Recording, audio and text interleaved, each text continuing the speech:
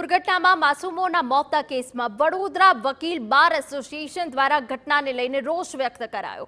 વડોદરા બાર એસોસિએશનના પ્રમુખ નલિન પટેલ દ્વારા પરિપત્ર જાહેર કરાયો।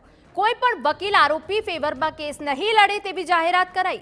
આરોપી સાથે જો કોઈ વકીલ કેસ લડશે તો તેની સામે એક્શન લેવાની પણ ચીમકી ઉચ્ચારી।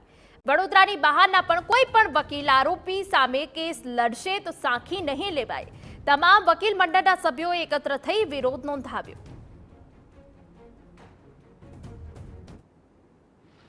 આજે ગઈકાલે દુર્ઘટના બની છે અને એમાં જે નિર્દોષ ભૂલકાઓએ પોતાનો જાન ગુમાવ્યો છે, તો એના માટે કસૂરવાર જે આરોપીઓની સામે એફઆઈઆર થઈ છે એ આરોપીઓ તરફે કોઈપણ પ્રકારનું વકીલાતનામું મૂકે નહીં અને એમના રિમાન્ડ હોય કે જામીન મુક્તિના કાર્ય હોય એ બધામાં ભાગ ના લે। અને આ તમામ વકીલો અમારા બરોડા બાર એસોસિએશનના જે છે એ તમામ વકીલો આ આરોપીઓને કોઈપણ રીતે સાથ અને સહકાર ના આપે એ માટે અમે સર્વાનુમતે તમામ વકીલ મિત્રોને અપીલ કરી છે।